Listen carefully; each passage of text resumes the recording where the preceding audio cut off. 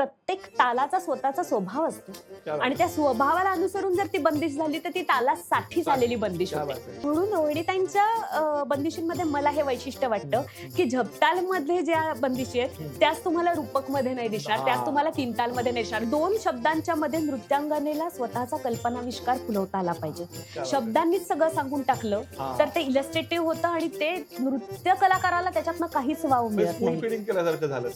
आपल्या अंतरातल्या आकाशाचं बाहेरच्या अवकाशाशी जुळू पाहणारं नातं, आपल्या हृदयात अविरत टिकटिकणाऱ्या घड्याळाचं अनंत अनादी काळाशी जमणारं संधान म्हणजे नृत्य.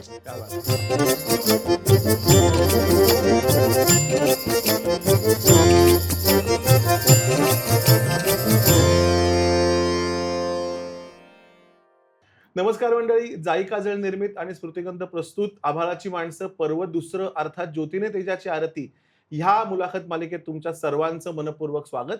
आज आपल्याला इथे मुलाखत द्यायला अशी व्यक्ती आलेली आहे जी स्वतः अतिशय उत्तम अभिनेत्री आहे, स्वतः अतिशय उत्तम डान्सर आहे, स्वतः अतिशय उत्तम निवेदिका आहे, स्वतः अतिशय उत्तम गृहिणी आहे. आमच्या सगळ्यांची अतिशय लाडकी मैत्रीण, महाराष्ट्राची बिंदास गर्ल शर्वरी जवेनीस. Sharvari, welcome welcome welcome.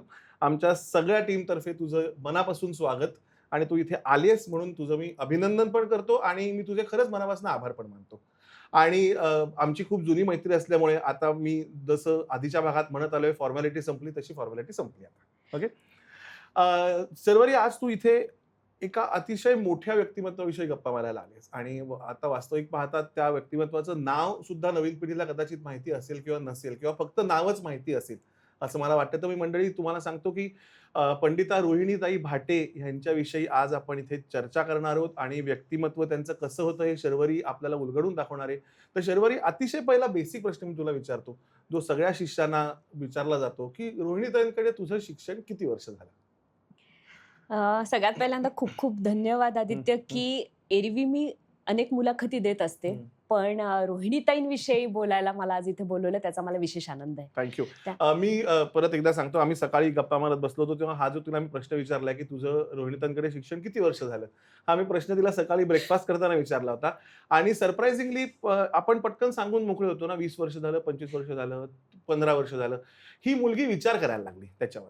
ही मुलगी अशी विचार करायला लागली की म्हटलं बघ किती वर्ष शिक्षण झालं तुला आठवत पण नाहीये, एवढी वर्ष शिक्षण झालं याच्यातनं कळतंय. तर आता मला वाटतं तूच बोलायच्या विषयी. नाही, खरंच मी स्वतःला भाग्यवान समजते की एवढं वर्ष मला त्यांचं सानिध्य मिळालं.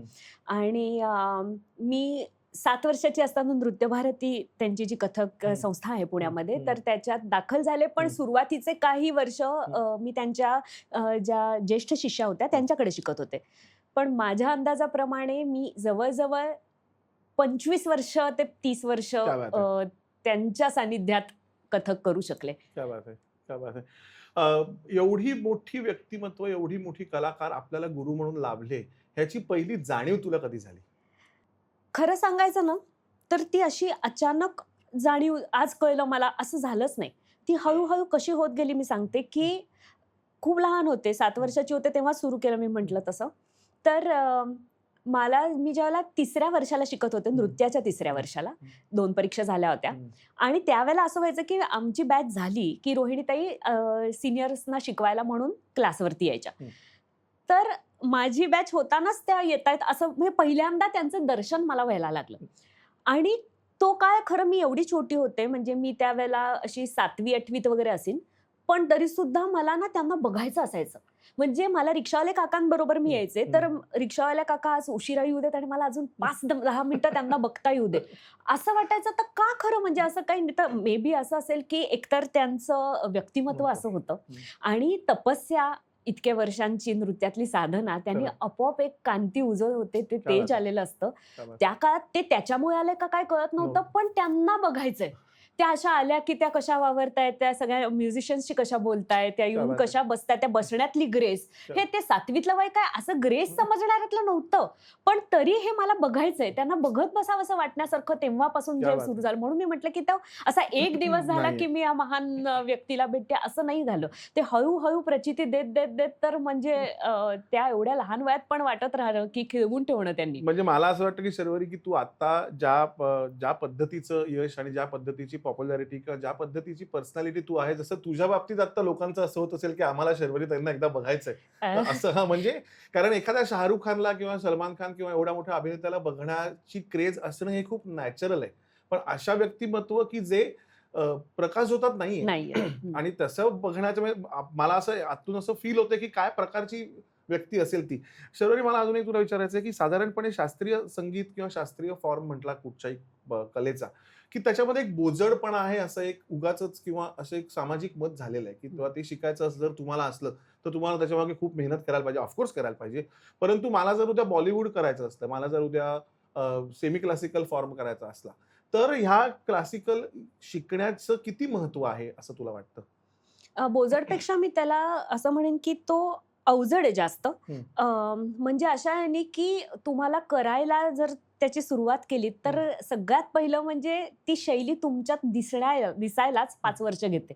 काय बात आहे. आणि आत्ताच्या काळातल्या मुलांमध्ये किंवा कोणामध्येही तो मुलींमध्ये हा संयमच नाहीये की एवढं 5 वर्ष वाट बघायची. ही नुसती शैली दिसायला हां, हां. म्हणजे आता तू कथक करतेस का भरतनाट्यम यातला फरक कळायला सुद्धा एवढा वेळ काय घेतं बात ते. आहे. वाह. त्याच्यानंतर मग जसं गुरूंना एक्सपेक्टेड आहे तुमच्याकडनं तसं तुमच्या अंगात दिसायला लागतं. त्याला अजून एक 2-3 वर्ष जातात.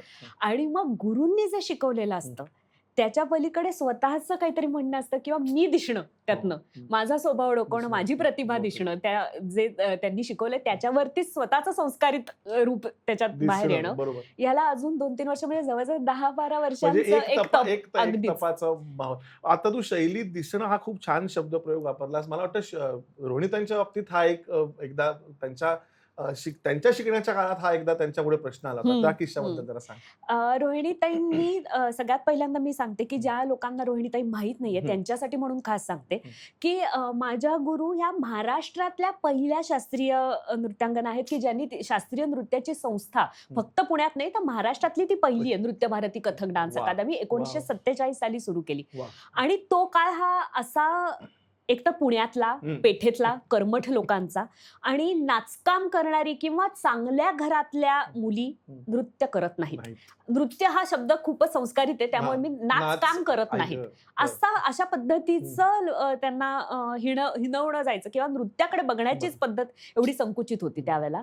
तर अशा परिस्थितीमध्ये आपली नृत्य संस्था पहिली उभी करणाऱ्या आणि ज्याचं एक धाडसच होतं. कारण मला आठवतंय की त्या सायकलवरनं जायच्या लकडी पुलावरनं आणि खूप टीका व्हायची त्यांच्यावर. आणि त्या ह्याच्यात सुद्धा त्यांनी डटून आपली संस्था चालू केली.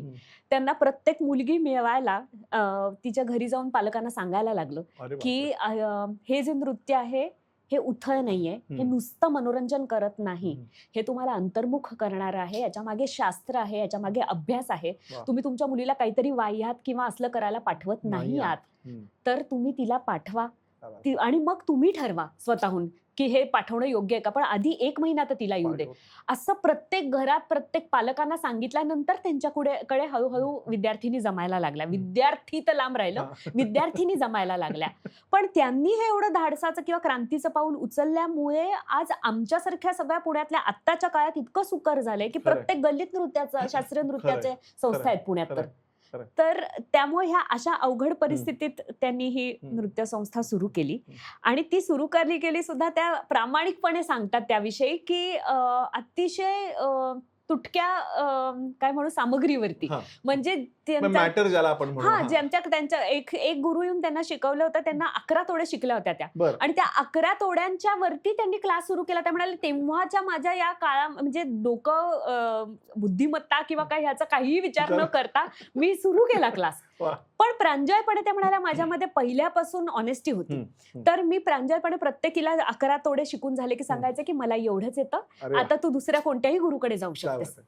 आणि अशा परिस्थिती जेव्हा क्लास सुरू केला तेव्हा त्यांच्या लक्षात यायला लागलं हळूहळू की हे एवढं मला कमी पडते किंवा हे मला पुरत नाहीये. आणि मग जे कोण येईल तिथे पुण्यामध्ये सादरीकरणासाठी किंवा त्यांना कळायचं पुण्याच्या आसपास कुठे आलंय तर तिथे जाऊन त्यांना भेटायच्या. असं करत करत ना त्यांनी खूप मॅटर गोळा केला स्वतःकडे तोडे तुकड्यांचा. आणि वेगवेगळ्या लोकांकडनं संग्रहित जसं मिळेल, कुठे वाचलेलं असेल, कुठे कसं सापडलेलं असेल असं करून आणि असं मोठं बाळ त्यांचं तयार झालं होतं. आणि त्यांना जेव्हा पंडित मोहनरावजी कल्याणपूरकर जयपूर घराण्याचे भेटले आणि त्यांनी विचारलं माझे तुम्ही, ते पण एक असं योगायोगच होता की त्यांना कोणी गुरु मिळत नाही आणि शिकायचंच आहे अशा यांनी रडत एकदा मुंबईवरच्या रस्त्यावरनं चालल्या होत्या आणि हे समोरनं आले. म्हणजे कसा योग असतो, गुरु मिळणं सुद्धा, चांगला गुरु मिळणं हे भाग्यात असावं लागतं म्हटलं तसं. तर त्यांनी एकदम बघितलं आणि तू का रडतेस मुली असं विचारलं. तर त्या म्हणाल्या की मला नृत्य शिकायचं आणि चांगलं शिकायचंय आणि मला कोणी मिळत नाहीये. त्यांनाही माहित नव्हतं की हे समोर आपण कोणाशी बोलतोय. आणि ते म्हणाले की तू माझ्याकडे शिकू शकतेस पण तुला कानपूरला यायला लागेल शिकायला. आणि मग कानपूरला त्यांची एक मोठी बहीण होती तर मग त्या जाऊन येऊन करायला लागल्या. आणि प्रत्येक वेळेला शिकायला मिळेलच असंही नव्हतं. ते त्यांच्या गेल्या एवढा प्रवास करून आणि असं सगळं करून तिथे बसल्या. तर त्याच्यानंतर त्यांचं वेगळंच आज कार्यक्रम आलाय तर स्वतःचीच तालीम चालू आहे किंवा आज दुसऱ्याच कोणाला तरी शिकवतायत तर बघत राहायचं, अशा ह्याच्यात त्यांचं सुरू झालं शिक्षण. ते शिक्षण सुरू झाल्यानंतर एके दिवशी अचानक एकतर मोहनरावजींनी त्यांना सांगितलं की तुझ्यात शैली नाहीये. तर त्या म्हणाल्या की माझ्यात शैली नाहीये म्हणजे काय नाहीये. ते म्हणाले कथक दिसतच नाही तुझ्यामध्ये. पण म्हणजे मी काय केलं की दिसेल हे सांगायला ते तयार नाहीत किंवा काय नाही केलं तर माझ्यात कथक दिसणार आहे हेही सांगायला तयार नाहीत. मग त्यांनी खूप रडायलाच यायचं त्यांना की म्हणजे नाहीये म्हणजे काय आहे. मग स्वतःला खूप बघितलं आरशामध्ये आणि करताना त्यांच्या लक्षात आलं की त्या जवळजवळ त्यांची उंची अशी 5'9" वगैरे होती. तर त्या आधी पार्वती कुमारांकडे थोडं भरतनाट्यम शिकल्या होत्या. तर त्यामुळे त्यांना असं लक्षात आलं की त्या प्रत्येक पोज करताना त्यांच्या उंचीला साजेशी न होता जरा जास्त गुडघ्यात दोन्ही वागतात आणि त्याच्यामुळे ते कथक त्यांचं कथक सारखं दिसत नाहीये.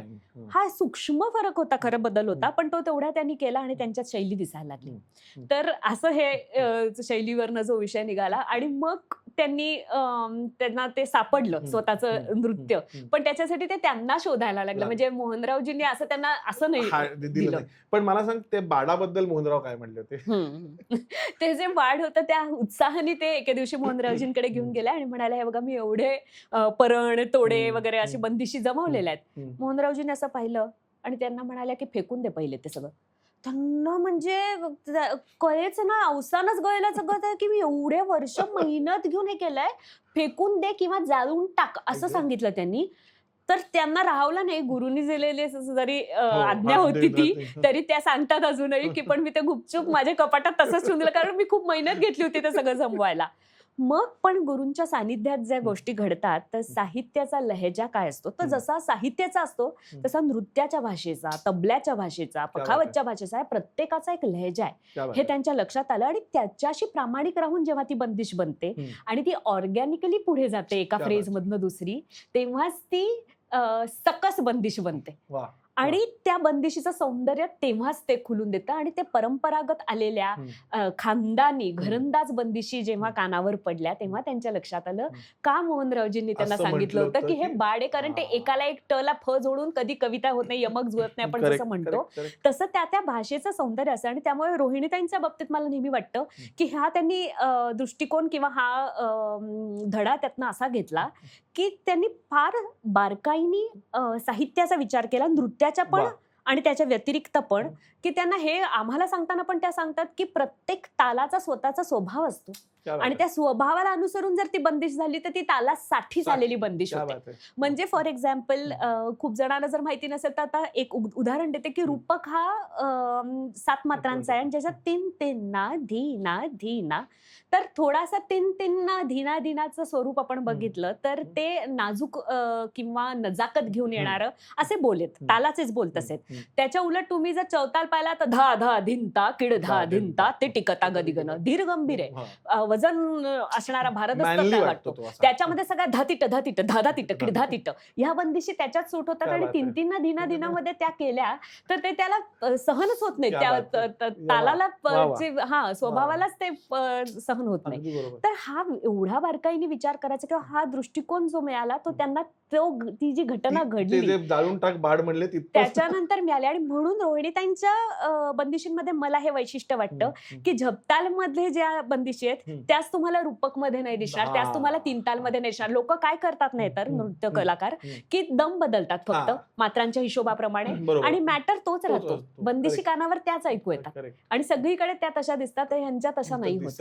यांनी त्या स्वभावाप्रमाणे बंदिशी केल्या. एक्झॅक्टली. हा खूप मोठा दृष्टिकोन आहे असं मला वाटतं कलेकडे बघण्याचा. म्हणजे नुसता ताल असं नाही मी म्हणणार की कलेच्या कुठच्याही फॉर्मॅटमध्ये, म्हणजे आता कथकचा जर आपण नृत्याचा जर विचार केला तर जसं गाण्यामध्ये वेगवेगळे गाणं प्रकार आहेत, ठुमरी आहे, टप्पा आहे, नाट्यसंगीत, तसे डान्सचे पण हे वेगवेगळे फॉर्मॅट्स आहेतच.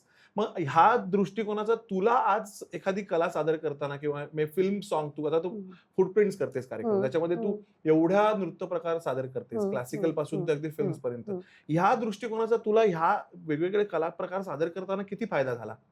या दृष्टिकोनाचा फायदा मला नक्कीच झाला. म्हणजे एकतर डोळसपणे मी जी बंदिश निवडतीये ती किती सकस आहे हे बघत राहिले मी. आणि बंदिश ऍज इन कुठचंही गाणं, कुठलंही गाणं निवडताना. आणि मग ते जर मी निवडलं असेल तर त्याच्या आधी आणि नंतर येणारं पण त्याला जाणारं आहे की नाही एवढा विचार करणं, किंवा त्याच प्रतीचा त्याच्यामध्ये त्या खोली आहे की नाही त्या साहित्याची. नाहीतर काय होतं की एक अशी वरवरची वाटणारी बंदिश असते आणि एक खूप तुम्हाला अशी खोलात घेऊन जाणारी असते, आणि ते एकाला एक जोडल्या गेल्या तर ती खोलातलीच डेप्थ लोकांपर्यंतही पोहोचत नाही, आणि ती वरवरची जी बंदिश असते ती अशी निघून जाते की ती स्मरणातही राहत नाही लोकांच्या. त्यामुळे तो विचार मला नक्की करायला पण ती दृष्टी मिळाली, ती ह्या गोष्टीमुळे नक्कीच मिळाली असं वाटतं. रोहिणीताई, तू म्हणालीस की एकच मिनिट, आणि साहित्याचा विचार निघाला तर नेहमी त्या म्हणायच्या की नृत्यासाठीचं जे साहित्य आहे ना ते थोडं अपूर्ण पाहिजे. हा एक विचार करायला लागला आम्हाला. म्हणजे असं की 2 शब्दांच्या मध्ये नृत्यांगनेला स्वतःचा कल्पनाविष्कार फुलवता आला पाहिजे. शब्दांनीच सगळं सांगून टाकलं तर ते इलस्ट्रेटिव्ह होतं आणि ते नृत्य कलाकाराला त्याच्यातनं काहीच वाव मिळत नाही. एक्झॅक्टली तसं. आणि ते 2 ह्याच्या म्हणजे कौन गली गयो शाम हे एक वाक्य घेऊन एक जे म्हणायचं की पूर्वी रात्र रात्र मैफिल व्हायची, कारण ती गली कुठली असेल तर हा कल्पनाविष्कार आहे त्या कलाकाराचा. आणि मग ते दाखवायचे की कौन गली गयो शाम, कौन गली गयो शाम, कौन गली गयो शाम, आणि मग लिटरल कौन गली गयो शाम. तर हे वेगवेगळ्या आपल्या आयुष्यात म्हणजे त्या गलीचा विचार किती वेगवेगळ्या प्रकारे केलाय की माझ्या पूर्ण सिस्टीम मध्येच कृष्ण बसलाय हे दाखवण्यासाठी. तर हे जे संचारी भाव करायला वाव मिळणारे हे बंदिश होती. किंवा काहे रोकत डगर प्यारे नंदलालो मेरे असं जे म्हटलंय त्याच्यामध्ये सुद्धा कसे वेगवेगळ्या प्रकारे तो वाट अडवतो हे तिला स्वतःला शब्द न सांगता सुद्धा फुलवता येतं ना. की आज त्यांनी माझी मटकी फोडून वाट अडवली, आज त्यांनी माझी बासरी वाजवूनच वाट अडवली की मला कुठे जावंसच वाटलं नाही.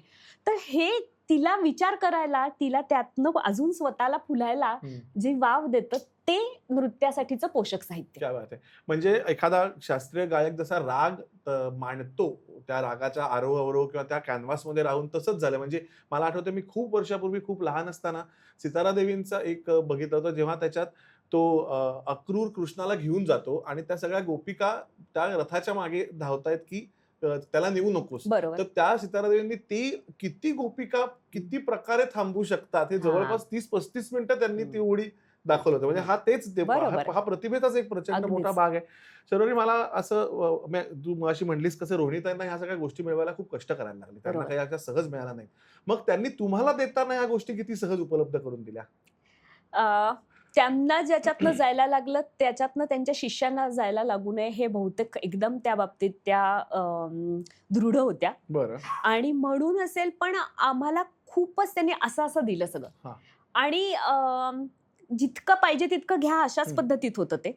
पण कधी त्यामुळे आम्हाला वेगळा विचार करायलाच लागला नाही. म्हणजे थोडं आळशीपणा पण झाला का? होऊ शकतो, म्हणजे अशी रिस्क वाटली कधी? आळशीपणा म्हणण्यापेक्षा ना याच्यात आपल्याला काहीतरी शोधलं पाहिजे आपणहून, आणि ते शोधत गेलं तर आपल्यालाही अजून समज वाढत जाणार आहे आपली. हा विचार न होता त्यांनी दिलेला पचवण्यातच वेळ गेला. असं झालं, कारण खूप मिळत गेला. आणि एकतर माझा काळ असा होता की मी त्यांच्या समोर नृत्य करायला सुरुवात केली तोपर्यंत त्या साधारण 60तल्या होत्या. त्यामुळे असं झालं की त्यांचं स्वतःचं त्यावेळेला सोलो प्रेझेंटेशन होतं. त्यांनी जवळजवळ 79व्या वर्षी शेवटचा हे दिला रंगमंच आविष्कार. पण तरी सुद्धा त्यांचं ते मर्यादित तोपर्यंत तसं होतं. आणि त्यामुळे आमच्यावर कॉन्सन्ट्रेट जास्त झालं. आणि तेव्हा त्यांना सृजन म्हणजे सुचत इतकं होतं, होतं. जेव्हा त्यांची स्वतःची बॉडी तेवढं घेत नव्हती घेत किंवा काय, नव्हती. पण त्यांना सुचत कमाल होतं आणि ते आमच्यावर पडत, म्हणजे आमच्यावरती क्रिया ती घडत होती सगळी. त्यामुळे सुद्धा एक वेगळा आनंद होता. कारण मी तुला सांगते की मी जवळजवळ 10 वर्ष तरी त्यात 25 वर्षातली त्यांच्या समोर सकाळी 9 ते 1 आणि संध्याकाळी 5 ते 8 असं 10 वर्ष त्यांच्या समोर रियाज केलाय.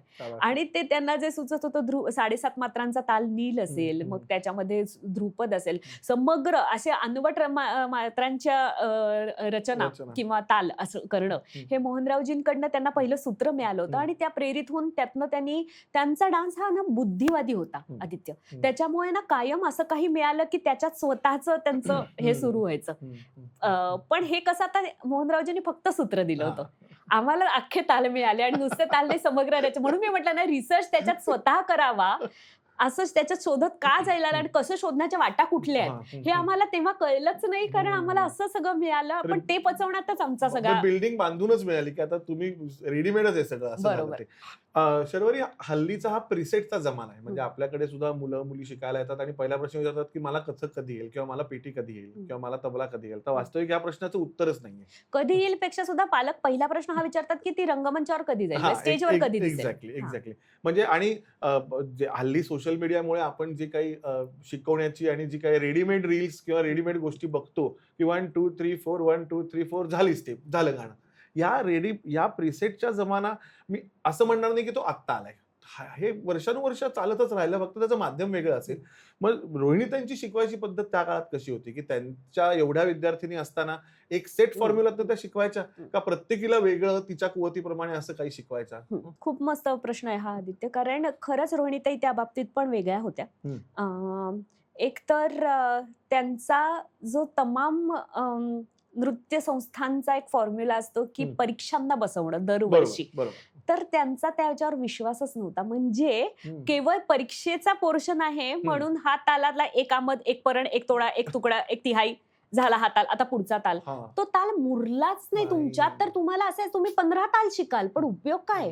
आज जपताल काय म्हणतो हे वर्षभर जपताल नाचल्यावर जर मला कळणार आहे की अरे कुठे काल येतो त्याचा, आणि तिसऱ्या मात्रेला मला कसं सुटायचंय त्यातनं येऊन आणि समेवर कसं पोचायचंय किंवा काय, तर ती मुलगी पुढे जपताला तिला स्वतःला काही करू शकते. वर्षभर नाचली असेल तर तिला सुचणाऱ्या गोष्टी पण सकस असतील त्या ह्याच्यातल्या. मी पुन्हा पुन्हा हा शब्द वापरते सकस, पण कारण खरंच त्याची आत्ताच्या काळात बघितलं तर सगळं फोल आहे बाकीच्या गोष्टी ज्या आहेत त्या. तर त्यामुळे त्यांनी एकतर असं सिस्टीमच नाही ठेवली की परीक्षा दरवर्षी आणि बसायचं आणि तो वाला पोर्शन, त्यांना ते कधीच पटलं नाही. आणि दुसरी गोष्ट म्हणजे त्यांना साच्यातले गणपती बनवायला पण अजिबात आवडलं नाही की एक मुलगी दुसऱ्यासारखीच. म्हणजे आजकाल तो अट्टहास कोरिओग्राफीमध्ये एकसारखं दिसणं आणि हा असणं गरजेचं आहे जेव्हा ग्रुप कोरिओग्राफीत तुम्ही नाचता.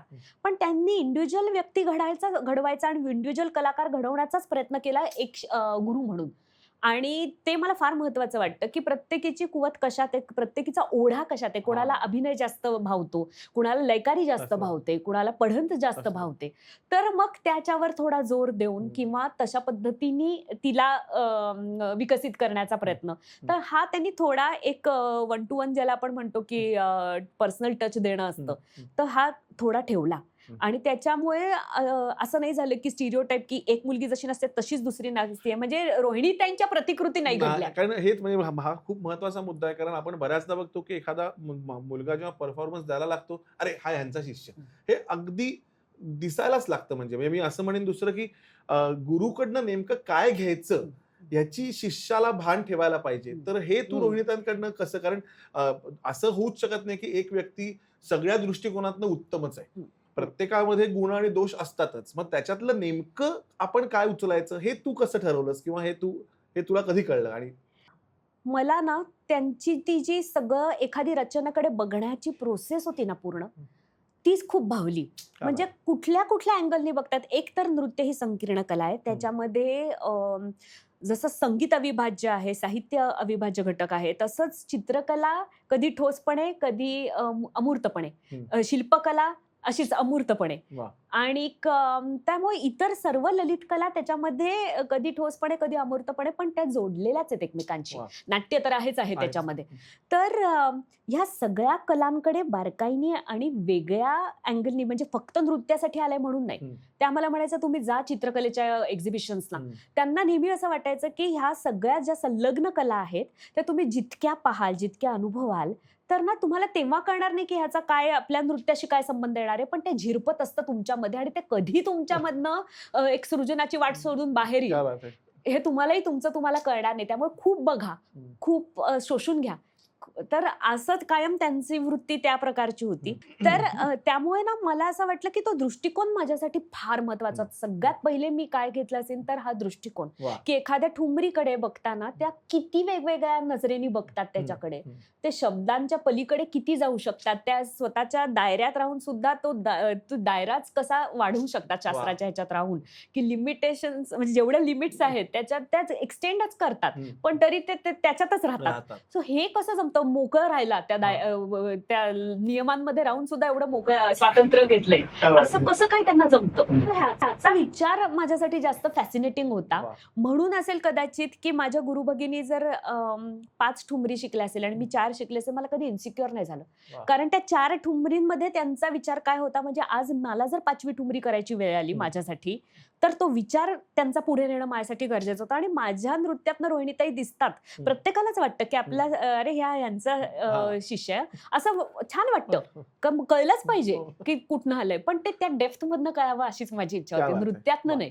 पण हा विचार रोहिणीताई जसा विचार करायचा तसंच तिने ते पूर्ण कुठपर्यंत नेलं तो भाव. नक्कल नको ती अक्कल दिसली पाहिजे असं मला वाटतंय. असं असेल, पण मग तो विचार आणि तो दृष्टिकोन मी घेतला एवढं नक्की. रोहिणीताईंची म्हणजे गुरुला सगळं आलंच पाहिजे असं एक शिष्याचं म्हणणं असतं. म्हणजे मी पटकन एक छोटी गोष्ट सांगतो की एक चायनीज झेन गुरुला एक शिष्य विचारतो की माणूस मेल्यावर काय होतं, तर गुरु म्हणतो मला नाही माहिती. तर तो शिष्य एकदम अवाक होतो की एवढं तुम्ही सगळं अध्यात्माचा अभ्यास केलाय आणि माणूस मेल्यावर त्याचं काय होतं तुम्हाला माहिती नाही, असं कसं. तो शिष्य गुरु म्हणतो अरे सोपं आहे, कारण मी मेलो नाहीये, मी मेलो तर मला कळेल ना माणूस मेल्यावर काय होतं. तर गुरुला सगळं आलंच पाहिजे असं तुला रोहिणीताईंकडे बघून कधी वाटलं का? एक तर त्या कायम म्हणायच्या मी अशी एक शक्ती आहे असं मानते, पण माझ्या दृष्टिकोनातनं त्याच्याही पलीकडे जाऊन perfection is God for me. काय बात आहे. कारण कोणीच परफेक्ट नसतं आणि तिथे पोचायचा मात्र प्रयत्न अविरत चालू असतो आणि तेच पोचणं किंवा तो प्रवासच सगळ्यात महत्वाचा असतो जो आयुष्य सुंदर करतो. तर त्यामुळे त्या देव इज इक्वल टू परफेक्शन, कारण कोणी परफेक्ट नसतं हे मान्यच केलेलं होतं पहिले. त्यांना एकतर गुरुवरची होणारी ती बुवाबाजी असते ना, एक गुरु गुरु गुरु महागुरु किंवा काय असं, सो ते कधीच आवडलं नाही. आणि असं एक असतं की काही आपले गुरुजी बोलले की काहीतरी त्याच्यातनं गहन अर्थच आला पाहिजे किंवा काय असं, तर ते आणि त्यामुळे त्या म्हणायच्या की त्यांना ते आवडलंच नाही. म्हणजे त्यांचा आजारपणात वगैरे जेव्हा आम्ही शिष्या त्यांच्यासाठी जायचो सोबत म्हणून राहायला किंवा काय एकट्या असायच्या त्या किंवा काय रात्री काही लागलं त्यांना वगैरे, तर एकतर आम्ही उठायच्यात सकाळी त्याच आमचा चहा करायच्या, म्हणजे पेशंट कोण आहे हे कळायचं नाही. आणि दुसरं आम्ही जर त्यांचे पाय चेपायचं वगैरे म्हटलं तर त्या म्हणायला बुवाबाजी नको. त्यांना ते तसं, आणि त्यांचं म्हणणं असायचं नमस्कार सुद्धा आत्न वाटल्यावरच करा. करायचा म्हणून किंवा लोकांना दाखवायला नमस्कार नको, तर तो पोचणारच नाही कधी त्या गुरुचे आशीर्वादच मिळणार नाहीत तुम्हाला तसं झालं तर. रोहिणीताई स्वतः उत्तम कविता करायच्या, मला वाटतं ह्याच विषयावर त्यांनी कविता केलेली आहे. कविता नाहीये असं, ते प्रसंग त्या ललित काव्य खूप करायच्या, ललित गोष्टी लिहून ठेवायच्या छोट्या. तर अशी एक गोष्ट आहे त्यांनी केलेली ह्या बुवाबाजी किंवा आणि ना फार त्यांच्यात ना ह्युमर पण फार चांगला होता, तर मार्मिक होता, समजेल त्याला समजेल. कारण मी म्हटलं तसं की त्यांचं घराणंच सगळं बुद्धिवंत लोकांचं होतं. सगळ्या बहिणी डॉक्टर झालेल्या किंवा प्रिन्सिपल स्कूलमध्ये किंवा काय गणित विषयात फर्ग्युसनला शिकवणारी एक वगैरे असं सगळं असल्या कारणाने, आणि त्यांचे फॉस्टर फादर जयकर लायब्ररी पुण्यात ज्यांची आहे ते बॅरिस्टर जयकर. सो त्यामुळे कायम असं वातावरण असल्यामुळे पण असेल, पण तो मार्मिक असायचा. आणि तो अनेक लोकांना बाउन्सर पण गेलेले आहेत त्यांच्या ह्या गोष्टी. तर ही पण कदाचित अशी जाऊ शकते, पण ज्यांना समजायचं त्यांना बरोबर समजेल की गुरु पण एक माणूस आहे, त्याला साधे विचार करायची पण हे आहे. म्हणजे प्रत्येकाला त्याचा उच्चार फिलॉसॉफिकल आणि अतिउच्चच पाहिजे असं नाहीये. सो मी ती एक छोटीशी गोष्ट, हो ना असं नाव दिलंय, उद्गारवाचक हो ना असं. मी मध्ये बसलो होतो, तुम्ही सर्व अवतीभोवती, चोहीकडे स्तब्धता, समोर मंदिर, एक छोटंसं चिंचेचं झाड, त्याला मोठ्या मोठ्या चिंचा. शांतशी वेळ. मी मनाशीच उद्गारलो, किती मोठा. तुम्ही सर्व हुंकारलात. हो ना. माझं लक्ष नव्हतं. मी म्हटलं, आणि किती लहान. तुम्ही सुस्कारलात. हो ना. मी जागा झालो आणि विचारलं, काय काय म्हणालात तुम्ही? हं.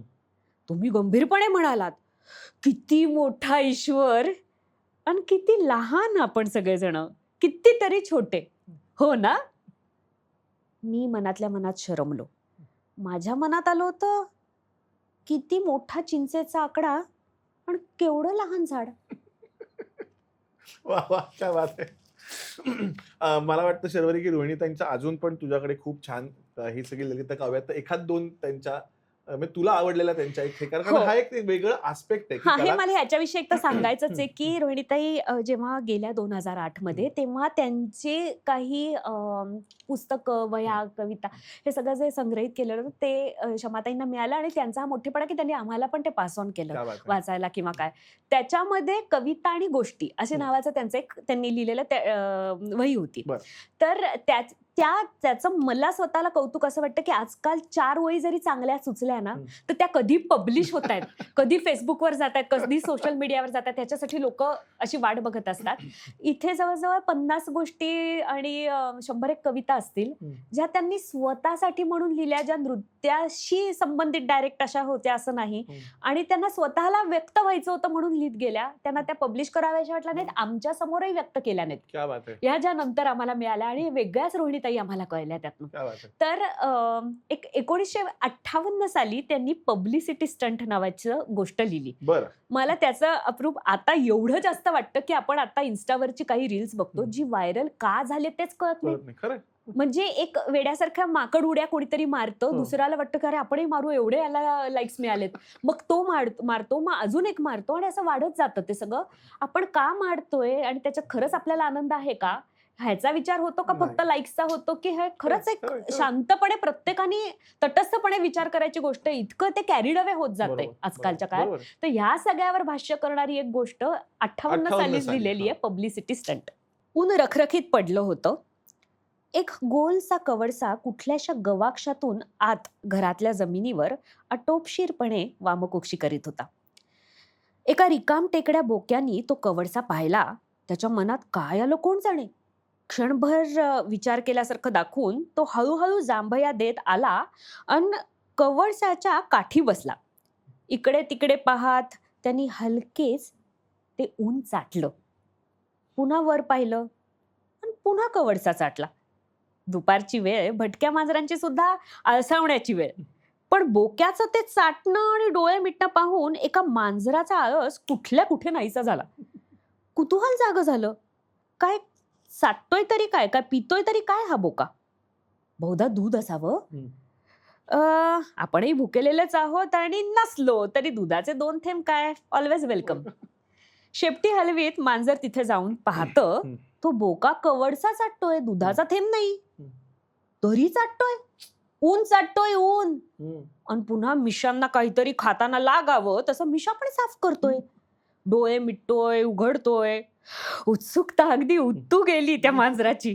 आणि बोक्यानं क्षणभर डोळे मिटताच मांजरानेही कवडसा चाखून पाहिला. छे, दूध नाहीये, दूध नाही आणि काही नाही, पण बोका चाटतोच येतो. ज्या अर्थी इतका वेळ बोका चाटतोय त्या अर्थी त्यात काहीतरी तथ्य असणार आहे. निदान आपणही आणखी थोडा वेळ असा प्रयोग चालू ठेवायला काय हरकत आहे. मग मांजराने मधून मधून मिशा साफ करायला सुरुवात केली. मधून मधून उन्हाचा कवडसा चाखायला लागलं. होता होता बघ्या मांजरांची ही गर्दी जमली आणि त्या गर्दीच्या मध्यभागी अहमिकेनं कवडसा चाटणाऱ्यांचं एक कोंडाळं झालं. क्या बात आहे. ही सारी सभा पाहून आश्चर्याने माणसं देखील गोळा झाली. बघ्यांचं वैचित्र्य वाढतच चाललं होतं. आणि इतक्यात पहिला बोका मिशा चाटीत जसा आला तसा संथ पावलानं डोळ्यांची उघडझाप करीत हळूच निघून गेला. उन्हाची वेळ टळताच कवडसाही बोक्यामागे मावळला आणि जमलेल्या गर्दीत जो तो एक दुसऱ्याला विचारू लागला, का जमलो होतो इथे आपण? काय चाटत काय होतो इथे आपण? काय पाहत होतो आपण इथे? डोळे बोलतात, कुणास ठाऊक. हात सुनवतात, कुणास कळे. बोका दुरून पाहत होता आणि मिशा साफ करीत होता. क्या बात आहे. शर्वरी, बेबीताई म्हणजे रोहिणीताई अतिशय शिस्तप्रिय होत्या आणि असं कधी झालंय का त्या रागावल्या आहेत किंवा असं म्हणजे एखादी गोष्ट त्यांच्या मनासारखी नाही झाली तर त्यांची रागवण्याची किंवा त्यांची शिक्षा करण्याची काय पद्धत असायची? त्या एकतर मृदुभाषी होत्या, तरी सुद्धा त्यांच्या आचरणातूनच ती आपोआप दरारा निर्माण करायच्या. हे फार अवघड आहे खरं करणं. कधीच आवाज वाढला नाही त्यांचा. अच्छा. पण मी तुला एक उदाहरण सांगते की वेळेच्या बाबतीत त्या कायम, म्हणजे कुठेही पोचायचं असेल त्यांना, त्या प्रमुख पाहुण्या म्हणून असतील किंवा त्यांचा स्वतःचाच कार्यक्रम असेल किंवा काय, तुला त्या काहीही झालं तरी खूप आधी दिसणार. 15-20 मिनिटं आधीच त्या समोर खुर्चीवर येऊन बसणार. त्यांना स्वतःला परफॉर्म नाही करायचं, बघायला बसायचं तरी. हां, पण म्हणजे कायम वक्तशीर, कायम. आणि क्लासला सुद्धा घड्याळाच्या ठोक्याचं 9 म्हणजे 9ला आलेल्या असायच्या. तर त्यांना त्या बाबतीत त्या खूपच शिस्तप्रिय होत्या आणि आपल्या शिष्याही तशाच असल्या पाहिजेत हे त्यांचा आग्रहच होता त्या बाबतीत. पण एकदा असं झालं होतं की मी 9ला पोहोचू शकले नाही क्लासला आणि मला असं 9:20 वगैरे झाले. तर शिक्षा काय मिळावी मला? तेव्हा तालवाद्य नव्हतं, मेट्रोनोम होता त्यांच्याकडे जुना. सो ते मेट्रोनोम त्यांनी लावला. काहीच बोलल्या नाही. मी आत गेले क्लासमध्ये तेव्हा. आणि नाही, बरेच लोक होते. बाकीच्या सगळ्या मुली नाचतच होत्या. पण मला उशीर झाला होता. त्यांनी मेट्रोनोम लावला. माझ्याकडे बघितलंही नाही. मी नमस्कार केला तरीही मला काही असं म्हणजे इथे मी नमस्कार करते तर इथे वगैरे बघत होत्या. आणि त्याच्यानंतर त्यांनी मेट्रोनोम लावला आणि उभ्या राहिल्या स्वतः आणि तत्कार सुरू केला. आणि मला म्हणाल्या की नाही काय की माझ्या शिष्याचं 20 मिनिटं बुडलं ना, 9 वाजता सांगितलं होतं 9:20ला आली आहे, ते मी भरून काढते. 65व्या वर्षी 70व्या वर्षी गुरु तुमच्यासाठी 20 मिनिटाचा तत्कार करते कारण तुमचा बुडलाय, दुसऱ्या दिवशी तुम्ही धाडसच करणार नाही उशिरा यायचं. सो अशा पद्धतीच्या शिक्षा असायच्या आम्हाला. क्या बात आहे. म्हणजे एक शिक्षा एकदाच झाली पाहिजे की परत व्हायची वेळच नाही आपल्याकडे आली पाहिजे. आणि ना खूप छोट्या छोट्या गोष्टींमधनं मी त्यांच्याकडनं त्यांचा कायम हा आग्रह होता की तुम्ही नृत्यांगना व्हालच आणि तुमच्या आतल्या कसब जी काय असेल, तुमच्याकडचं जी तुमची कपॅसिटी असेल त्याप्रमाणे व्हाल. बरोबर. पण त्यांचं म्हणणं आग्रह असायचा की त्याच्या आधीच तुम्ही चांगलं माणूस म्हणून चांगलं, नागरिक म्हणून चांगलं होणं फार गरजेचं आहे. आणि त्यांच्या छोट्या छोट्या आचरणात त्यांच्या ते दिसायचं, त्या लाजा नाहीत आमच्यावरती, पण सहज म्हणून आम्ही त्यांना कायम बघत आलो की कोणी माणूस त्यांच्याशी बोलायला आला क्लासवरती असताना एकदम त्यांच्यापेक्षा सिनियर असेल तर त्या उठून बोलायच्या. अशा स्वतः बसल्यात आणि ते बोलताय. त्यामुळे आपोआप आपलं असं होतं की आज कोणी ज्येष्ठ व्यक्ती बोलायला आलं की मला उठावंच लागतं. आणि हे त्यांनी तू करत जा असं नाही सांगितलं, पण त्यांनाच बघितलंय ना हे करताना. आज त्या सकाळी ज्या वेळेला त्या फिरायला जायच्या, कमला नेहरू पार्क पाशी राहायच्या आणि फिरताना त्यांना त्रास व्हायचा. घरी ह्याच्यात क्लासमध्ये जेव्हा यायच्या नंतर सकाळचं योगा आणि फिरून आल्यावरती तर म्हणायच्या काय लोक चालतात. आजूबाजूचा आपला अवकाश असतं, त्याला जिवंत आपण करण्याची आपली जबाबदारी असते. अवकाशाला लाथाडत गेलं तर ते कसं जिवंत होईल?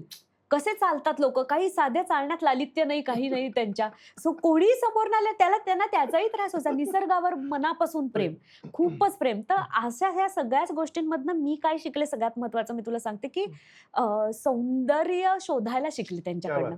त्या ना फुल ऑफ लाईफ होत्या. म्हणजे माझ्यात आणि त्यांच्यात आजी आणि नातीचं जसं अंतर असावं तेवढी जनरेशन गॅप होती. पण त्या अपडेटेडच असायच्या अरे प्रत्येक गोष्टीमध्ये. त्यांना संध्याकाळी जाऊन सिरियल बघायला आवडायची. म्हणजे नाच करतो तो 24 तास त्याच्यातच असायच्या खरं म्हणजे.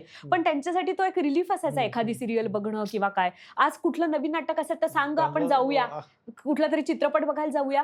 त्यामुळे ना ती गॅपच कधी जाणवली नाही. साधं 31 डिसेंबरला उभं राहून आज रात्री पार्टी दिसतेय, म्हणजे केसांचं काहीतरी वेगळं करून आली मुलगी, हे एवढं वयाचं अंतर असून सुद्धा त्यांना समजायचं. सो तो एक त्यांनी असा ब्रिज हे केला होता. आणि मी म्हटलं तसं की इतकं कलरफुल लाईफ जगायला आवडायचं की त्यांच्यामुळे आज कुंडीत फुल आल्यावर मला आनंद होतो, माझा दिवस सुखी जातो. कारण मी छोटे छोटे आनंद शोधायला शिकले.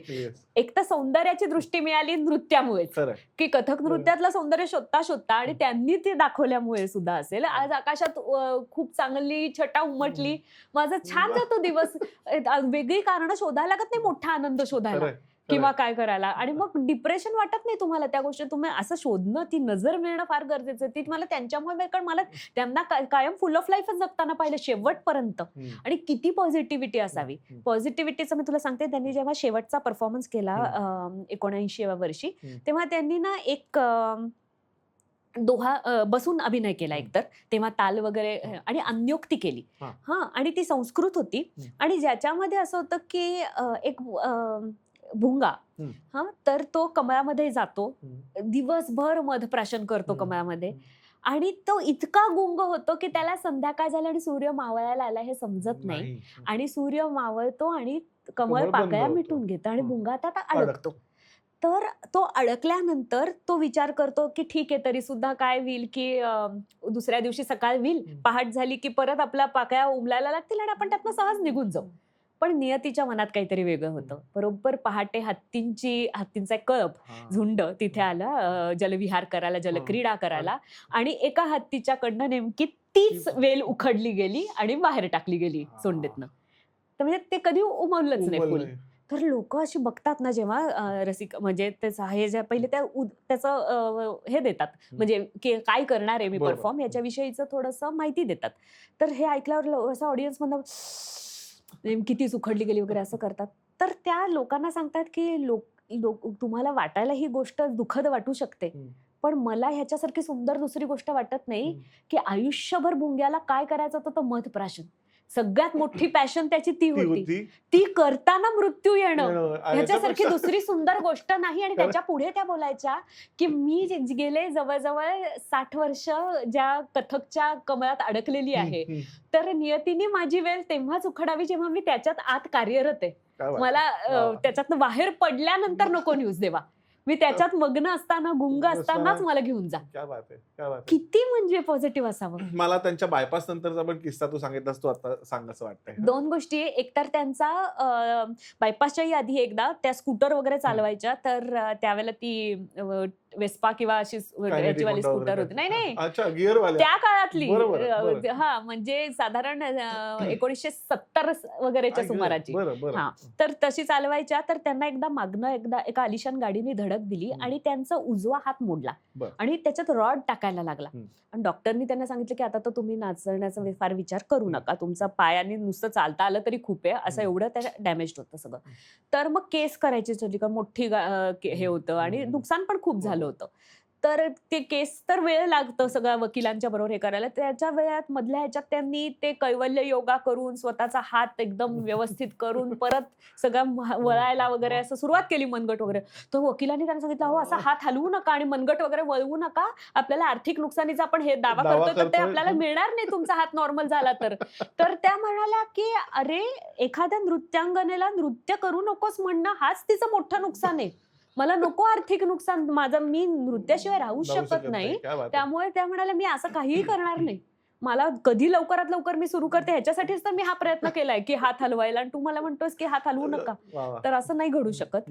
आणि साधारण 70व्या वर्षी त्यांची जेव्हा बायपास झाली, खूप ब्लॉकेज होतं आणि त्यांनी सगळ्या डॉक्टरांना सांगितलं, नीतू मांडके होते तेव्हा, तर त्यांना सांगितलं की मी 3 महिन्यात परफॉर्मन्स करते पुढचा. ते म्हणाले की हो असं ना काय तुझं शक्य आहे का, वय पण तुमचं काय आहे. आणि त्यांनी 3 महिन्यात नंतर बालगंधर्वला परफॉर्मन्स दिला आणि पहिल्या रांगेत सगळ्या डॉक्टर्सना बोलवलं होतं आणि 1.5 तास नाचल्या आणि लोक अशी अवाक झाली. त्यांनी कायम मला असं शिकवलं की विल पॉवर स्ट्रॉंग असेल ना तुमची, तर नुसतं मेडिकेशन आणि ह्या सगळ्या गोष्टी तुम्हाला मदत थोडीशी करतात, पण सगळ्यात त्याच्याही वरचढ असते ती तुमची विल पॉवर. नाही मी नाचणार, मला डॉक्टरनी चालता येईल असं सांगितलंय ना, पण मी नाचूनच दाखवेन त्यांना. त्यांच्या ह्याच्यामुळे आणि पॉझिटिव्ह असण्यावरनं त्याच्यामुळे त्या कायम हे सगळं करू शकल्या. आणि ते आमच्यासाठी फार महत्वाचं आहे त्यांच्याकडनं असं घेणं. म्हणून आज माझ्या स्टुडंट जेव्हा म्हणतात ताई आज बरं नाहीये तर मी डान्स नाही केला तर चालेल, मी नाही आले तर चालेल, मला त्याच्यावर रिॲक्टच व्हावं असं वाटत नाही. मी त्या SMS ना उत्तरच देत नाही, कारण मी पाहिलंय ना माझ्या गुरूंना असं. ती पॅशनच आपलं. मला वाटतं शर्वरी त्यांचा कलेकडे बघण्याचा दृष्टिकोन काय होता हे त्यांच्या भाषेत लिहिलंय. नक्कीच ते एकदा वाचून दाखवू आपण. एकतर त्यांनी नृत्य जेव्हा निवडलं तेव्हा हे पण किती महत्वाचं आहे की त्यांना त्यांच्या वडिलांनी असं सांगितलं, कारण मी मगाशी सांगितलं त्याप्रमाणे की त्यांची सगळी फॅमिली ही पूर्ण अकॅडमिक्स मध्ये बरोबर. सुद्धा ॲट पार पाठ. असलेली, हं. अशी हं. सुपिरियर एकदम हं. सगळ्या बाबतीत, आणि ह्यांनी कला क्षेत्र निवडायचं ठरवलं. हं. तर तेव्हा त्यांना असं सांगितलं गेलं, म्हणजे हं. त्यांनीच हे केलं की एक तर तीव्रतेने करावीशी वाटल्याखेरीज एखादी गोष्ट करायला घेऊच नाहीये, हं. आणि तशी ती स्वीकारलीच हं. तर त्या गोष्टीचा आपल्या कुवतीप्रमाणे पार लावल्याखेरीज थांबता कामा नये. का? तर मधल्या स्थितीत लोंबकळणाऱ्यांची जगात खूप गर्दी आहे. क्या बात है. आणि तिथली घुसमट सवयीने जाणवत सुद्धा नाही. अरे, पण उंचीवर जाऊन विरळ हवेत श्वास घेण्याचं बळ मात्र हरवतं, अरे, आणि माणूस म्हणून जगू पाहणाऱ्यांना हे बळ पाहिजेच पाहिजे. क्या बात है. वा वा. त्यामुळे अशा शिकवणीतनं सुरू झालेलं त्यांचं आयुष्य, त्यांचं लहानपण सुद्धा त्या सांगायच्या की त्यांची आई शिकली नव्हती, हं. शाळेत वगैरे गेली नव्हती, हं. पण तरी सुद्धा शिकवण कशी बघ. एक वाढदिवस होता मैत्रिणीचा, हं. आणि त्यांना बोलवलं होतं तिकडे. हं. आल्या घरी कसा झाला वाढदिवस वगैरे विचारलं, तर त्यांनी सांगितलं, आणि एक त्याच्यात वेगळ्या कास्टची मुलगी होती. तर त्यांनी सांगता सांगता जेवता जेवता आईला सांगितलं की तिला बाहेर बसवलं होतं, आम्ही सगळ्या आत बसलो होतो. आईने त्यांच्या समोरचं खाण्याचं जे होतं ना ते बाजूला केलं. मैत्रीण म्हणवतेस ना तिला, तुला तिच्या बरोबर बाहेर जाऊन बसता नाही आलं साथ करायला तिला? आजचं जेवायचं नाही, जेवण कॅन्सल. हे त्यांनी आम्हाला सांगितलं होतं. दुसरं असं की एकदा त्यांना डब्यात अंड दिलं होतं खायला, शक्ती यायला किंवा काय असं, आणि त्यांनी आईला येऊन सांगितलं की मी बटाटा, असं सांगितलं मग मुलीनं, कारण तेव्हा तर असं हे नाही, शाळेत नव्हतं, म्हणजे असं कुठेतरी ते गेल्या होत्या पिकनिकला वगैरे. तर त्या म्हणाल्या, ज्या गोष्टीची सांगायला लाज वाटते ती करायची नाही एकतर, आणि नाहीतर मग सांगता आलं पाहिजे क्या बात है. की मी काय खाते किंवा काय, त्याच्यात खोटं नाही बोलायचं. तर असे संस्कार घेऊनच पहिल्यापासून वाढल्या. त्यामुळे त्याही तशाच होत्या, कायम परखड, कायम कुठेही कुठल्याही पुरस्कारासाठी स्वतःला प्रमोट न करणाऱ्या, किंवा मला द्या म्हण नाही म्हणा, आपल्या कलेत कार्यमग्न, कार्य बोलेल माझं, मला स्वतःला त्याच्यासाठी कुठेही जाऊन बोलायची गरज नाही, अशाच कायम पाहिल्यात मी त्यांना इतके वर्ष. अजून याच्यात एक उतारा होता. एक मला नृत्याविषयीच त्या ज्या बोलल्यात ते सांगायचं की आता एक तर नृत्य म्हणजे त्यांनी त्यांच्या स्वतःच्या अभ्यासातनं एक नृत्याची व्याख्या केली होती, ज्या ग्रंथांमध्ये अभिनय दर्पण असेल किंवा नाट्यशास्त्र असेल, ह्याच्यात नृत्याची एक ढोबळ व्याख्या असतेच, पण ती त्यांना कधीही पूर्ण वाटली नाही. म्हणून त्यांच्या दृष्टिकोनातनं नृत्य म्हणजे काय, तर नृत्य म्हणजे आपल्या देहाची, त्यातल्या अणुरेणूंची जागृत जाणीव, अवेअरनेस 100%, 100%, आपल्या अंतरातल्या आकाशाचं बाहेरच्या अवकाशाशी जुळू पाहणारं नातं, आपल्या हृदयात अविरत टिकटिकणाऱ्या घड्याळाचं अनंत अनादी काळाशी जमणारं संधान म्हणजे नृत्य. आणि आताच्या काळात कसं पुढे नृत्य होणार आहे ह्याची पण त्यांना चुणचुण आधीच लागली होती, की त्यांनी असं म्हणजे फ्युजन्स जे होतात, कारण असं चुणचुण मी अशासाठी म्हणते की आता कसं होतं की कोलॅबरेशन्स खूप जास्त होतात. तेव्हा कसं व्हायचं की त्यांच्या काळामध्ये एक कलाकार आल्याशिवाय त्याचं नृत्य बघितल्याशिवाय असं कुठेतरी कुठल्या तरी जगाच्या कोपऱ्यात घडतंय हे माहितीच नसायचं. आता एका क्लिकवर सगळं जग तुम्हाला कळतंय, कुठे कोण नाचतंय, काय करतंय, आणि त्याच्यामुळे त्यांना हे होणारच, कोलॅबरेशन्स होणारच, त्याच्या हे नाही, हे त्यांनी आधीच धरलं होतं मनामध्ये. पण ती कशी व्हायला पाहिजे ह्याच्याविषयीची एक जागृतता त्यांनी दिली, की आज सर्वच कलांच्या प्रवर्तकांना विविध कलांच्या विशिष्ट स्वायत्ततेचं, शक्यतांचं आणि उणीवांचं सुद्धा भान चांगल्या प्रकारे आलेलं आहे. तेव्हा यापुढे संमिश्र कला व्यवहाराची उदाहरणं कलाप्रांतात अधिकाधिक समोर येतील. पण आशा करूया आपण, हे फार महत्वाचं आहे, की आशा करूयात की ती योग्य कारणास्तवच येतील. परंपरा, रूढी, चूष म्हणजे स्पर्धा, धाडस इत्यादी कारणास्तव किंवा हीन लोकरंजना खातर नाही. तर हे त्यांनी हे आधीच लिहून ठेवलं होतं, म्हणजे त्यांना आजच्या चित्राची चाहूल 12-15 वर्षापूर्वीच अशी लागलेली होती. आणि त्यांची प्रोसेस जी नृत्याची होती त्याविषयी एक असं आहे की सुरुवातीला एखादी संकल्पना सुचणं, हळूहळू चिंतनातून तिचं रूप स्पष्ट होणं, धुसरपणाचा पडदा विरत जाऊन मनःचक्षूंसमोर ते साकार होणं, नंतर त्याचं नृत्यामधून ठोसपणे अवतरणं, आणि मग पुन्हा एकदा नाद, लय इत्यादींच्या एकमेळातून सूक्ष्माची प्रचिती करून देणं. तर असा सूक्ष्माचा आविष्कार स्थूलाच्या चौकटीत त्या साधत असत. जी नृत्यकला आत्मसात केली आहे तिच्यातून आत्मोन्नती साधणं, स्वतःचा आणि प्रेक्षकांचंही उन्नयन साधणं, देहभानाचंच नाही तर आत्मभानाचंही लोप पावणं ही क्या साधना वा. ही त्यांनी कायम मायली. हे केवळ अचूक तंत्र नव्हे, केवळ ज्ञान नव्हे. मंचावर नृत्यामधून लौकिकाच्या पलीकडे नेणारा अद्भुत परिणाम त्या साधायच्या, तेव्हा काहीशी उन्मनी अवस्था त्यांची व्हायची. मन आपली स्वाभाविक चंचलता सोडून शांत झालं, स्थिर झालं. जणू आपलं मन पण जे असतं ते विसरलं की जी क्या अवस्था बात. होते ती वा वा. उन्मनी अवस्था. वा. त्यांच्या दृष्टीने पण ह्या प्रवासाचा जो दुसरा पैलू हा मान्यतेचा नव्हता. कारण ह्याच्यात लोकरंजनासाठी फक्त केलं नव्हतं ना, तर हा बरोबर. मान्यतेचा नव्हता, तर स्वतःला कलेचा थांग लागण्याचा असा हा प्रवास क्या होता. बात आहे. वा. आणि तो त्यांच्यासाठी फार महत्वाचा होता. पण ह्याच वेळी समकालीनतेचा त्यांचा धागाही अत्यंत बळकट होता. म्हणजे मला ह्या दोन गोष्टी अशा सांगायच्या वाटतात, की त्यांनी खूप आधुनिक विषय केव्हाच आणले होते. म्हणजे त्यांचा एक टाईम नावाचा त्यांनी बॅले केला होता, ज्याच्यात त्यांनी जर्मन म्युझिक एक वापरलं होतं. बरं. आणि टाईमच्या त्यांना फक्त कुठेतरी त्यांनी वाचन प्रचंड होतं. भाषेवर प्रभुत्व होतं. तर वाचताना त्यांना एक 4 ओळी मिळाल्या होत्या. हायकू जसं असतं किंवा काय तशा पद्धतीच्या, आणि त्या 4 ओळींवर आधारित त्यांनी टाईम नावाचा बॅले केला.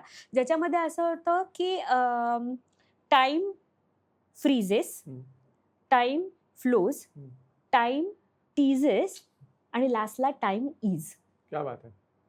म्हणजे तो एक स्थितप्रज्ञ आहे तुमच्यासाठी. तुम्हाला तो फ्रीजेस कधी वाटतो, की जेव्हा तुम्हाला कोणाला तरी भेटायचं असतं आणि ती वेळ येत नसते. तुम्हाला तो टीजेस कधी वाटतो, जेव्हा तुमचं काम संपत नसतं आणि काटा ठक ठक ठक एवढ्या फास्ट गेल्यासारखा वाटतो.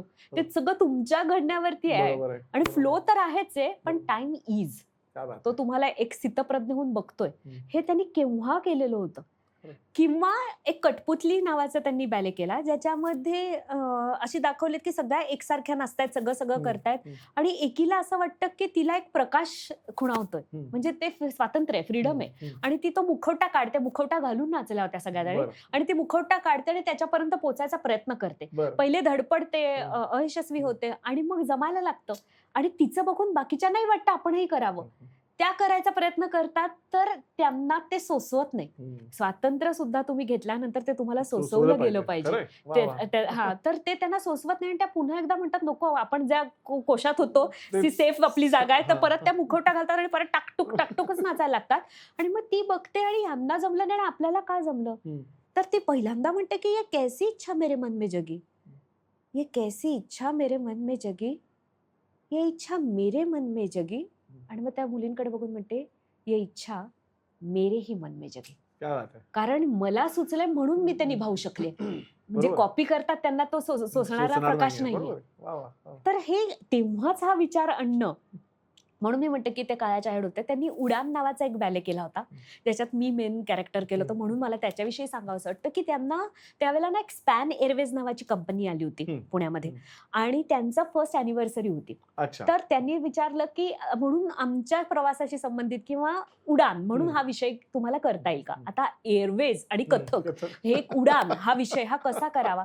त्यांनी कसा केला असेल, it's not flight, it's a spirit of flight अशा नावानी एक तान्हं बाळ दाखवलं. सुरुवातीला मी तर बाळाचा रोल केला होता आणि त्याच्यावरनं त्यांना टीका होणार हेही माहिती होतं, कारण बाळ दाखवायला तुम्हाला पाय वर ठेवून मुठी वळलेलं बाळ दाखवायला लागतं. दिल्लीला परफॉर्मन्स केल्यावरती लोकांनी असं विचारलं की उंगली दाखवून की हे कथक आहे का. त्या म्हणाल्या की मग कथक नाहीये का हे सांगा, तसं स्पष्ट करा. तर ह्याच्यामध्ये असे मुवमेंट करत नाही का आपण कथकमध्ये.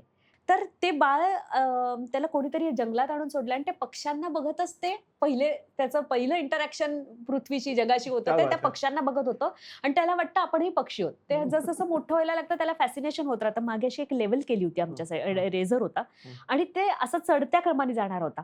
तर त्याला घाई झालेली असते जमीन सोडायची आणि त्या तिथपर्यंत गेल्यावर तिला लक्षात येतं की एका पॉइंटला मी तिथे वर आली पण मला पाय तर सुटत नाहीयेत माझे. आणि मग तिला एकदम डिप्रेशन येतं की मला जी उंची गाठायची होती किंवा मला वर जायचं होतं. आणि मग ती खाली येऊन बघते तर मध्ये एक असं पण जो आभास असतो किंवा शॉर्टकट म्हणतो आपण, तर तसं पण इतकं सुंदर प्रतिकात्मक दाखवलं की एक तळ दिसतं, त्याच्यात तिला आकाशाचं प्रतिबिंब दिसतं. तर तिला वाटतं मिळालं मला आकाश. आणि ती त्याच्यात ज्या वेळेला ते स्थिर पाणी असतं आणि ती पाय घालते आणि ते डिस्टर्ब होतं आणि मग तिला कळतं हा आभास होता, हे नाही माझा आकाश. आणि तिला ती माती नको वाटतेय, ते मला हे सोडायचंय सगळं आणि तिला त्रास होतोय. आणि त्याच्यातनंच एकदम ना एक फ्रेज येते, तकिट तकिट था आणि मग तिला लक्षात येतं की या मातीत राहूनच मला माझं आकाश शोधायचंय. वा. मग माझं माध्यम काय आकाश शोधायचं. हम्म. मग तिला नृत्य सापडतं, तिला कोरस येऊन जॉईन होतो आणि मग ती धा तकिट तकिट धा तिथे कोरस करतो तकिट तकिट धा आणि मग त्या फ्रेझेस मधनं घडत घडत घडत घडत तिला तिचं माध्यम सापडतं वा, वा. आणि मग ती पक्ष्यांसारखं त्या कोरसला ट्रीट करते आणि ती पक्षी कसा वावरेल ह्याचा फील घेते हम्म. आणि मग ती म्हणते की पण मला माझं माध्यम ह्याच्यातच शोधायचं. So it's a spirit of light. वा, क्या बात है. इट्स वा, नॉट वा. Physical flight. Physical flight. So किती सुंदर विषय मांडला अप्रतिम, असेल. अप्रतिम, अप्रतिम. आणि म्हणजे हा विचार त्या काळाच्या खूप पुढे होत्या विचार करण्यामध्ये. आणि मी म्हटलं तसं की बुद्धिवादी नृत्यांगना असल्यामुळे, साहित्याचा जाण आणि भरपूर वाचन असल्यामुळे असेल की तो असा सगळ्या बाजूंनी बहरलेलं असंच कायम नृत्य होतं. मी फक्त रियाजाविषयी त्यांनी अगदी काय बोलले तेवढे एक सांगते. रियाजाविषयी त्यांचं म्हणणं असं होतं की रियाज हा सराव आहे. सगळ्यांनाच माहिती आहे, प्रॅक्टिसच बरोबर. म्हणतो आपण त्याला. मेहनत आहे हे खरंच आहे. परंतु उत्तम प्रकारे आणि निष्ठेने केलेला रियाज प्रत्यक्ष स्फूर्तीचंच रूप घेतो. तो तुम्हाला इन्स्पायर करतो जर तो उत्तम प्रकारे झाला असेल तर. प्रत्यक्ष स्फूर्तीचंच रूप घेतो, योग्य भान आणि नजर देतो. नृत्य सौंदर्याची अनेकानेक दालनं खोलत रियाज साऱ्यांना गर्भागाराची वाट दाखवतो. क्या बात है. एका अर्थानं रियाज म्हणजे गुरुच नाही का. क्या बात है. वा वा वा वा. स- म्हणजे मी असं म्हणेन याच्यातनं शर्वरी की स्वतःच्या आतमध्येच स्वतःला कायम शोधत राहणं आणि स्वतःच्या आपल्या स्फूर्तीवर 100% विश्वास ठेवणं हे किती पॉझिटिव्ह असू शकतं याचं रोहिणीताई म्हणजे ज्वलंत उदाहरण होत्या. हो. मला सांग, आज शर्वरी जमेनीस शिष्या पण आहे आणि आज शर्वरी जमेनीस गुरु पण आहे, तर ह्याच्यात तू स्वतःला रोहिणीतांच्या दृष्टिकोनातनं कुठे बघतेस? त्यांची दृष्टी माझ्या मुलींमध्ये यावी ह्याचा आटोकाट प्रयत्न करते. जी पॅशन त्यांनी माझ्यात नृत्याविषयीची जागृत केली ना, ती जरी मी त्यांच्यात आणली ना की नाही मी याच्याशिवाय राहूच शकत नाही, एवढं आणणं हे माझं खरंच म्हणजे खरं आव्हानात्मक. आणि आताच्या काळात ते खूप जास्त आव्हानात्मक झाले, कारण खूप प्रलोभन आहेत, खूप टेम्पटेशन्स आहेत, खूप बरोबर. वाट आहेत वेगवेगळ्या बरोबर. मुलींसाठी समोर दिसणाऱ्या. बरोबर. तेव्हा तसं नव्हतं. पण तरी सुद्धा ज्या अर्थी माझ्या समोर आलेल्या डेली सोप्सना मी 10 ते 12 डेली सोप्सचे लीड रोल नाकारू शकले, एवढं पॅशन नृत्याचं माझ्यात त्यांनी रुजवलं. नाहीतर ते टेम्पटेशनच होतं. रोज दिसणार, रोज मीटर पडणार, रोज बरोबर. पैसे मिळणार, का नाही करायचं, प्रसिद्धी वाढणार माझी, खरंय. रोज घरात दिसणार लोकांना मी. खरंय. पण असं असताना सुद्धा जर ते मी रोज केलं तर माझा रोज रियाज कोण करणार. करणार. आणि क्या जर बात ती सिरियल 3 वर्ष 4 वर्ष चालणार तर 4 वर्षाच्या गॅपने मी पुन्हा माझ्या नृत्याकडे जेव्हा बघणार कसं तेव्हा मी होणार? परत शून्यातनं सुरू करणार. माझी एनर्जी आता जी मी आता रोज मी म्हटलं तसं 9 ते 1 आणि 5 ते 8 त्यांच्या समोर उभी असायचे, तो सगळा माझा गोल्डन काळ होता आयुष्यातला, तो बरोबर. मी मिस करून तिथे ते करणार. हो. तर मला रात्री माझी झोप लागेल का, एवढंच मी स्वतःला प्रश्न विचारला. आणि क्या बात माझ्या आहे. मनाने मला सांगितलं तुला नाही लागणार झोप. त्यामुळे मी म्हटलं की मला ज्याच्यात समाधान मिळतं तेच मी आयुष्यभर करणार. क्या बात है. पण हा ठामपणे डिसिजन केला, तेवढं प्रेम माझ्यात जागृत करणं त्या नृत्याविषयीचं, हे खरंय. काम तर माझ्या गुरूंचं आहे. क्या बात है. त्याच्याशिवाय हे घडूच शकलं नसतं. तर असं प्रेम माझ्या मुलींच्यात नृत्याविषयी तसंच जागृत करावं ही वा. माझी मनापासूनची इच्छा आणि ते माझ्यासाठी आव्हान आहे. क्या बात है. शर्वरी, म्हणजे आपण खरं म्हणजे ह्या विषयावर एस्पेशली तू मला वाटतं 3.5-4 तास किंवा 3.5-4 दिवस सुद्धा बोलू हो. शकतेस. एकच मिनिटं, मी त्यांच्या अगदी. एवढ्या ललित साहित्याविषयी खूप बोलले. हं. त्यांचं नृत्यातलं काम तर खूपच आहे आणि त्याच्याविषयी आपण मुद्दामून ह्या वेळेला बोललो नाही ह्या मुलाखतीमध्ये, कारण खरंच अनेक ताल रचलेत, बरोबर. अनेक चतरंग रचलेत, अनेक होरी कजरी बंदिशी वगैरे खूप त्यांनी खूप मोठं योगदान आहे त्यांचं कथकसाठीचं. पण ना मी जे मगाशी बोलले की भाषेच्या लहेजाविषयी ना, तर मला त्याचं एक उदाहरण द्यायचं, कारण मी एवढं अगदी. बाकीच्या गोष्टी वाचते पण तालालयीशी संबंधित पण त्या कशा अशा असायच्या हा, त्याच्यासाठी ना त्यांनी एक ताल त्रिवेणी केला. ते सुद्धा पंडित मोहनरावजी कल्याणपूरकर यांनी त्यांच्यासाठी त्यांना एक ताल मात्रा नावाचं एक हे दिलं होतं. 3 तालांचं एकत्र केलेलं ताल, हा. म्हणजे तो असा खूपच होता मोठा. तर त्याच्यावरनं प्रेरित होऊन त्यांनी ताल त्रिवेणी केला, ज्याच्यामध्ये 3 ताल, जपताल आणि रूपक असं 33 मात्रांचं मिळून आवर्तन बरं. एकाला एक जोडून अशी व्हायची. बरं. सो तो त्यांनी त्याच्यामध्ये पण ना त्यांनी समग्र त्रिवेणी केला. समग्र म्हणजे काय की एक त्याच्यामध्ये अभिनयाची बंदिश, बरं. ती स्वतः त्या काय साहित्य स्वतःच लिहायच्या. नाही. त्यांनी पंडित वसंतराव देशपांडे यांच्याकडे नृत्यामध्ये हो. संस्कृतच्या जगन्नाथ शेठ स्कॉलरशिप त्यांना होती. गाणं एवढ्या वर्ष शिकलं होतं की त्या त्यांच्या ह्यांना स्वतःच संगीत द्यायच्या क्या बात है. आणि कोरिओग्राफी तर त्याच करायच्या. करायच्या, हो. असं सगळं ते होतं. तर त्यांनी ना त्याच्यामध्ये एक मराठीतनं कवित केलं होतं. म्हणजे बरं. आमच्याकडे नॉर्मली ब्रजभाषेत हिंदीमध्ये सगळं उत्तर बरोबर. हिंदुस्थानी कथकची ही हो, हो. नृत्य शैली आहे बरोबर. खरं तर. हो, हो. उगम सगळं तिथला आहे. तिथलं आहे. त्यामुळे ते ब्रजभाषीय असतात गोष्टी. पण ह्याच्यात केलं होतं. पण मी जे मगाशी म्हटलं, की कुठल्या तालात कसा लहेजा किंवा तालाचं मीटरचं भान ठेवणं. भान. हं. तर पहिले 3 ताल जातो. हं. तर त्याच्यामध्ये हा मज छळीतो, भुण भुण करीतो, अटी तटी दाटी वाटी सामोराकी ठाकीतो. हा 3 वाह! ताल. आता हं. झपताल. हां. सखी आता काय करू मी? अगं घरी कशी जाऊ मी? क्या बात है. आता रूपक. रूपक. रान असलं दाट आणि ह्यानं असला घातलाय घाट. क्या बात हं? है. आता परत 3 ताल. कदंबाच्या तळवटी त्रिभंगीता तरचितो, वाजवितो वेणू, देहभान हरपवितो, सखी आता काय काय करू मी? अगं घरी कशी जाऊ जाऊ मी? साफल्याच्या क्षणी सुद्धा डोळ्याधारा लावितो. क्या बात है. वाह, वाह, रूपक. वाह, वाह, वाह, वाह. हं. आणि किंवा त्यातली ठुमरी सुद्धा मी गाणारी नाहीये चांगली, पण एक चूस म्हणून ना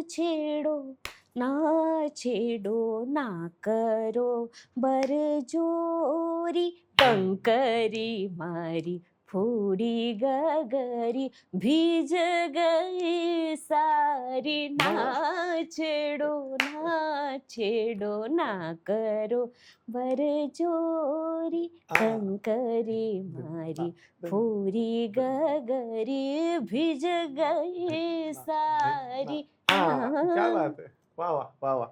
तर असं समग्र आणि एवढं व्यासंग असणार म्हणून मी म्हटलं काय घेऊ काय नाही त्यांच्याकडनं आणि ते कसं पचवू. क्या बात है. मला वाटतं ना शर्वरी ह्या इंटरव्ह्यूचा शेवट आपण आता जी तुझी अवस्था आहे ना, की सुख म्हणजे नेमकं काय असतं ह्याच्यावर त्यांनी केलेलं त्यांनी भाष्य. पण भाष्य आहे आणि मला वाटतं ते आता ती कविता तू खास यासाठी वाचून दाखवावीस. कारण मला हे सांगायला अत्यंत आनंद होतो, की इतका एखादा गुरु आपल्याला कळणं आणि इतका त्या गुरुमय आपण होणं, असं आपल्याला आयुष्य लाभणं ह्याला सुद्धा भाग्य लागतं खरंय, शर्वरी. आणि ते अगदी खरंय. तुला मिळालंय. अगदी, ते अगदी. तुझ्या देहबोलीवरनं, तुझ्या त्यांच्यावरच्या प्रेमावरनं, तुझं त्यांच्याबद्दल बोलायला मिळतंय आणि किती बोलू आणि काय बोलू ही भावना दिसणं हे खूप भाग्यवान असल्याचं लक्षण आहे. आणि नक्कीच. मला असं वाटतं की रोहिणीताईंचा तुझ्यावर अविरत आशीर्वाद आहे. त्याशिवाय हे शक्य नाहीये होणं. तर मला वाटतं ती सुख म्हणजे नेमकं काय असतं ही नक्कीच. त्यांची जी व्याख्या आहे हो. ती एकदा आपण त्यांच्या ललित काव्यातनं बघूया आणि मग ह्या इंटरव्ह्यूचा आपण शेवट करूया. मी तुला सुख मागितलं. हं. हं? 56 साल प्रत्येक ह्याच्यात त्यांनी लिहून ठेवलेले आहेत स्वतःची साल. तर हे 1956 मधली आहे. मी तुला सुख मागितलं. हं. आणि त्या दिवशी तू निरुत्तर होऊन परत गेलास ईश्वरा. हो ना? त्याचं असं झालं नाही. मी तुला सुख मागितलं, तू मला संपत्ती दिलीस. माझं समाधान झालं. 4-2 वर्षांच्या सुसंपन्न जीवनात प्रथम भासली नाही, पण तरी अखेरीस उणीव भासू लागली.